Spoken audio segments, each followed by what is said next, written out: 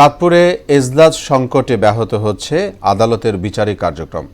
২৬ জন বিচারকের ২৬টি এজলাস থাকার কথা থাকলেও রয়েছে মাত্র ১৬টি, যে কারণে বাড়ছে মামলা জট আর সেবা প্রত্যাশীদের বাড়ছে দুর্ভোগ।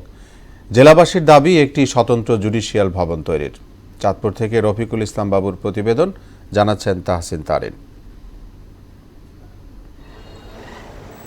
চাঁদপুরের আদালতে ২৬ জন বিচারকের বিপরীতে ২৬টি এজলাস থাকার কথা থাকলেও এজলাস আছে মাত্র ১৬টি।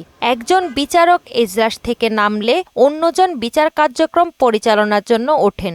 একই এজলাসে ২ থেকে ৩ জন বিচারক কাজ করেন পালাক্রমে। জুডিশিয়াল ম্যাজিস্ট্রেট আদালতে নিজস্ব ভবন না থাকায় দিন দিন বাড়ছে নানা সংকটসহ মামলা জট।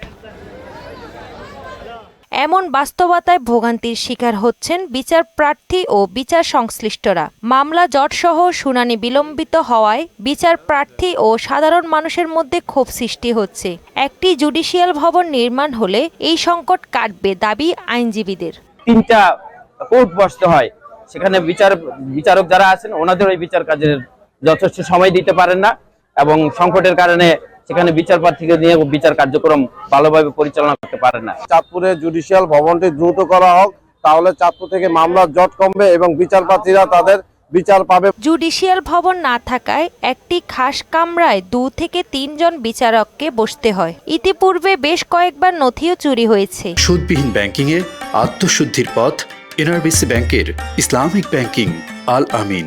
এতে বিচার কার্যক্রম চলছে ধীরগতিতে। অত্যন্ত কষ্ট পোহাতে হচ্ছে, আমরা আইনজীবীগণ কষ্ট পোহাচ্ছি, পাশাপাশি বিচার প্রার্থীরা অনেকভাবে লঘু লাঞ্ছনা পোহাচ্ছে। পাশাপাশি আমাদের বিচারকরা বসার জায়গা না থাকার কারণে ওনারা একটি খাস কামরা ২ থেকে ৩ জন বিচারক ভিন্ন ভিন্নভাবে বসতে হয়। তো এটা ইতিপূর্বে বেশ কয়েকবার নথি চুরি হয়েছে এবং বিচার কার্যক্রম ত্বরান্বিত হচ্ছে না, বিচার কার্যক্রম ধীরগতিতে চলতেছে।